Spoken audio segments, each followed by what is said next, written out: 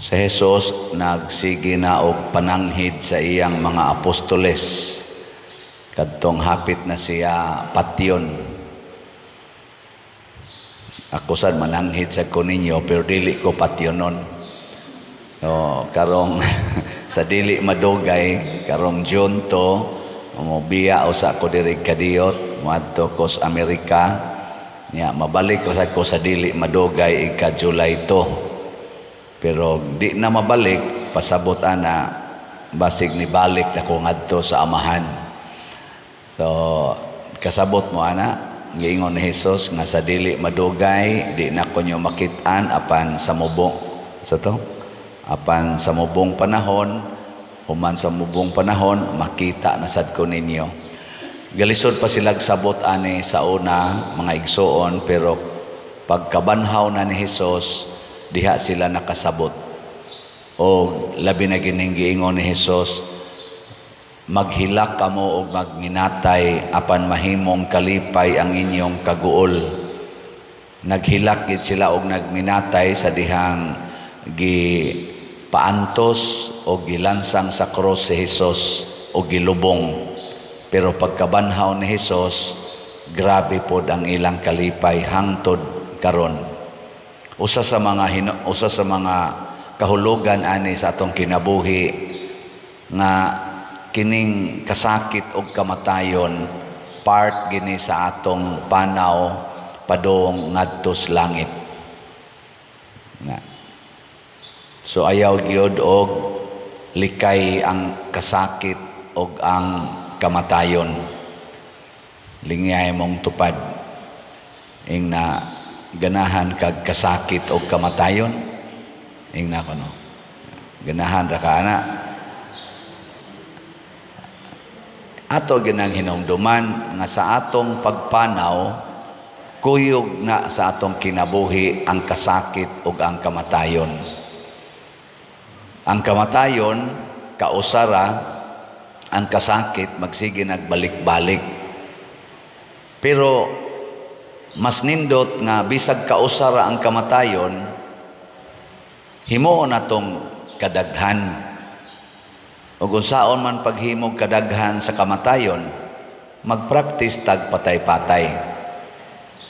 O kung saon man pagpraktis og patay-patay, ayaw reklamo sa imong kasakit. Tanawan ang patay. Di ba? Ang patay, di man na mo reklamo. Inyo magani nang hayaon og tagpila ka adlaw gahigda ra gina diha nang lungon kalisod ana posisyona wa kay lihok-lihok way takilid-takilid ana pila ka kon giabog-abogan na lang na dihang lungon wa gi reklamo ang patay. So mo na aron mudaghan ang kamatayon magpraktis tag patay-patay haron inig abot na gyud sa tinuod nga kamatayon, master na kayo ta, kanang dili reklamador. Lingay mong tupad, nga di ka reklamador, di ka mo reklamo. Kana mga reklamador, hadlok nagkasakit, hadlok sa nagkamatayon, ug mo na'y hinungdan, sige na taglalis reklamador ba. Ako nalipay kay ko na sa social media labi na ning DYHP magsige man nagpost diha follow man ko ana nila sa Facebook ug sa YouTube. Nakana gibalita nila nga pagkanindot sa nahitabo sa Cebu City kay ang outgoing mayor ug ang incoming mayor nindot kay sila og relasyon nagkasinabtanay ra gyud malinawon pero sa probinsya ko no wap agyod magkahiusa na gubot-gubot sila anang na ang unsa na supplemental budget nga ipapasar gyud ko no ana gi-propose ambot lang og unsa na siya ana bang ang outgoing musingit pa gyud niining transition period nga around 1 month nga maunta na ang pag-turnover, mag-discuss, mag-turnover tanan, muhimo pagyug bag-ong kaning agendum nga mao ang supplemental budget nga ipa-approve diha anang ani nga period. So normally dili gid unta na kay gawas lang og super urgent. Amo na ron ang komentaryo, nagkalalis-lalis na ay board members na mo oppose, na say uban mo depensa. Wa pa sila mag-turnover ba, naghisgot pa og bag-ong agendum or issue nga ilang sulbaron. Ang issue na unta karon is the transition, ang pag-turnover. Kung pananglitan dili ang incumbent maoy napadayon, it turnover ngadto sa sunod. Haron smooth basin og naa pay dili makadawat sa resulta sa eleksyon kay sakit baya ang pagdawat sa kamatuoran nya og dili ta mo reklamo tas kasakit mangita gitag paagi to appease our pain nya usahay ang atong paagi sa pahupay sa atong kasakit atong i-justify or atong gunitan ang nakapalipay nato di nato i-let go nya kun mo kupot na taan ang nakapalipay nato bisag angayan na gid untang i-let go musamot ang atong kasakit maapektuhan pagid ang uban. Example, imong bana moadto na sa silingan nya gusto jud ka kay ang imong kalipay nga siya faithful gid nimo isip asawa nya unsaon man gyud natintal man gyud siya ng inyong silingan unsa man kuptan o i-let go. Kung mag-practice kag patay-patay nya naasad makabot nimo ang kalinaw, let go. Ingna siya kung saan ka masaya, suportahan ta ka. Nya imo pag yung pakapinan, I'm just here for you. Awa imong bana, mubalik ra na sa ikog ingna. O ikaw gyud ang iyang pinakaslan nya natintal ra na siya mubalik ra na nya nganong mubalik man siya kay naaman ka nga anda mo dawat niya nya in that sense nagpractice na kag patay-patay di ba way reklamo gilingay mong tupad ingna sayon ra nimo ang pag-let go ingna ininglisa lang sa gamay ba ingna sayon ra ang pag-let go ingna ka na be mga kusugay ng attachment nya maura ba na yung mag times 2 sa atong kasakit ako adjud ko ma-attach din sa parokya og balhinon ko okay ra gyud pero ako lang sang kaya na may transition og naagi mo puli na ko din og di gyud to paminaw ng atong request nga magpa-extend usako aron ma-settle ning bayronon i-turn over lang po na nako ang 50 million haron bag-o na mo pari din nya kamo na sigig bayad anang 50 million og dawaton pero moingon sa dang pari nga ma-assign diri ay di lang ko ana padri kay murag bugat makinastanan moingon ra sa ko tagay lang ko enough time kay ako ning sitolon di ti kahasolon kay ako kami may nag-approve ani nya mao man ni siya gidali-dali namo kay ni take me sa kaning opportunity nga makaya ala sige ako ning padayonog settle nya ika-settle na pwede na ka mobalhin dire nya asa ka ma-assign adto lang sa niya ako didto o ana no nya ma-settle nato in kuan baron in 6 years o sorry ma-settle nato in 6 years igo na santing balhinay ana ra gud na sabot-sabot ano nga to maginang himuag dakong isyo og di sad tugtan maingon sa siya sige padre ako kami lay bayad ana di magtagoy-tagoy kog lakaw dito total naaman sad mong mobayad ana ra gud acceptance lang ba wala lay daghang isyu tuga-tugag himog project kunya dili mahuman ay kinsa man say makatuo nga mahuman day na nato basta lang willing ta nga mo padayon. Mao na si San Pablo diri sa unang pagbasa Ilang gihimo ang pagsangyaw. Pero, wa man sila dawatas mga tao sa Korinto. Aw diin to? Korinto ba to? Wa man sila dawata. Wa gyud mamugo si San Pablo. Ning lakaw lang po siya, padayon lang sa siyag sangyaw dito sa unahan. Siya, di man ka mo mudawat, di. Itak-tak ni namong abog sa mong tiil, padayon mi ngadto sa unahan. Ay pamugos, pugson man gina nimo nga mudawat na nimo nga di man gyud ka madawat na niya. Di ba?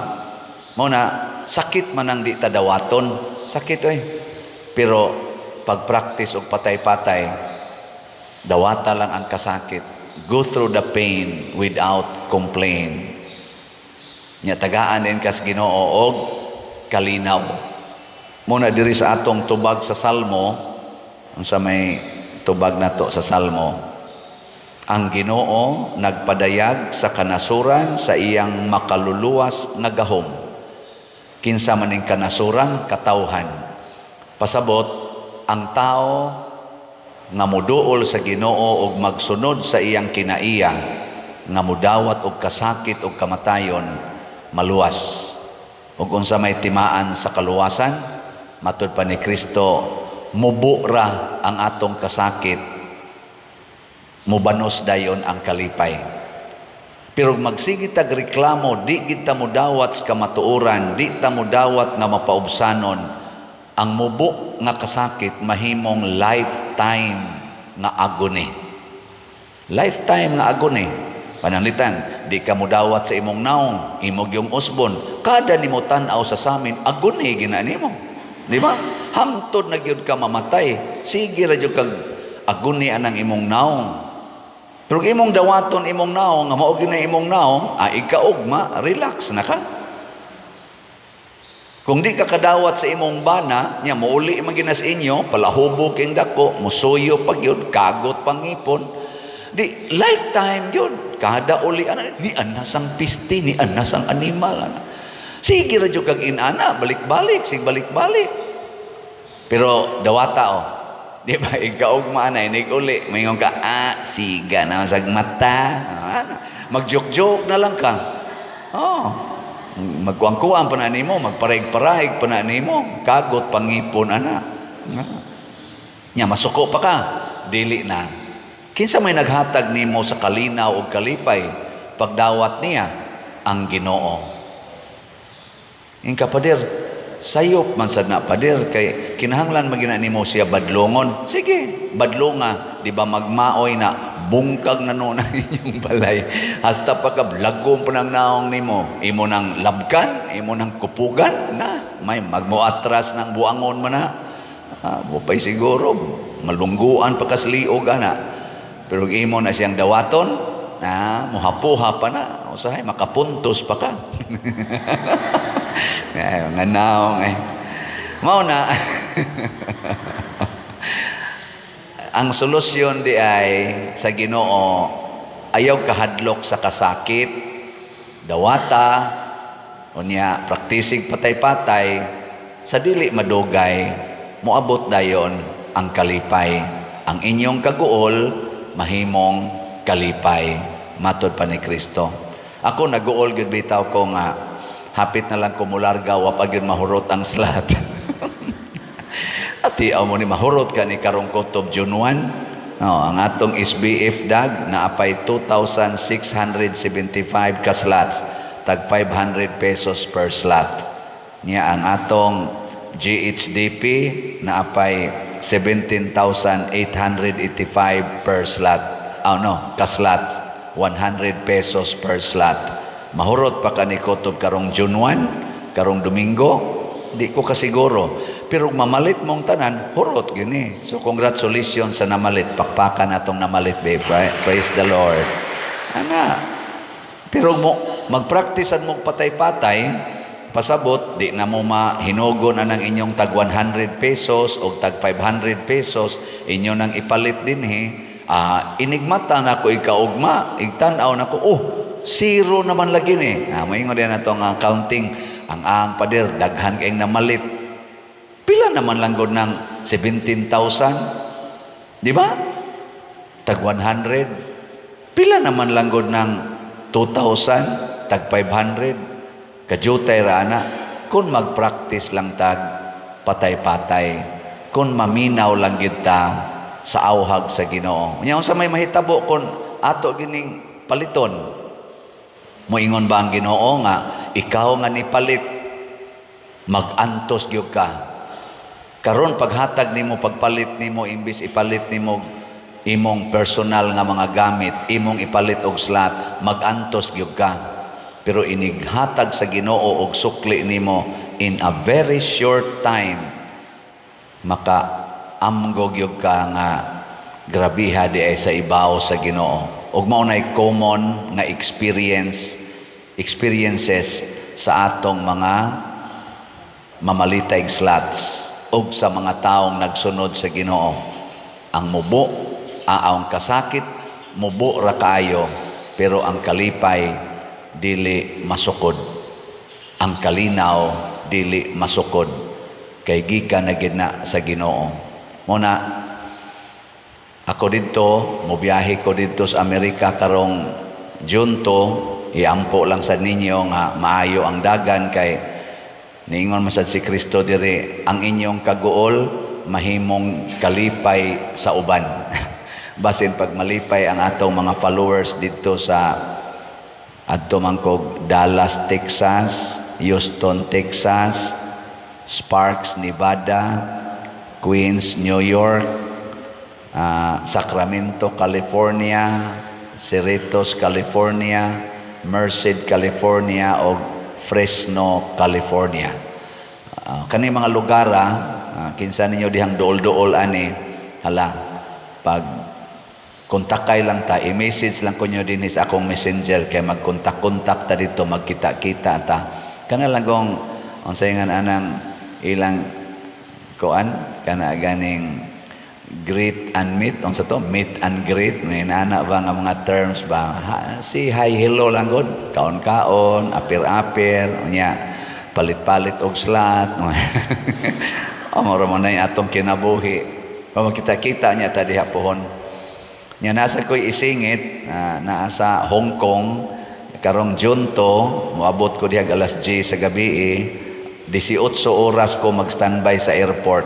Moabot ko alas 10 gabi, alas 4 hapon pa the following day, ang akong biyahe straight to Dallas, Texas. Nya kung naay gusto ninyong mo-meet, ambot og unsao na i-message lang yapon ko basig na atay gamayng time to meet in Hong Kong. Di ba? Nindot yapon. Kapoy kay ning biyahe mga igsoon.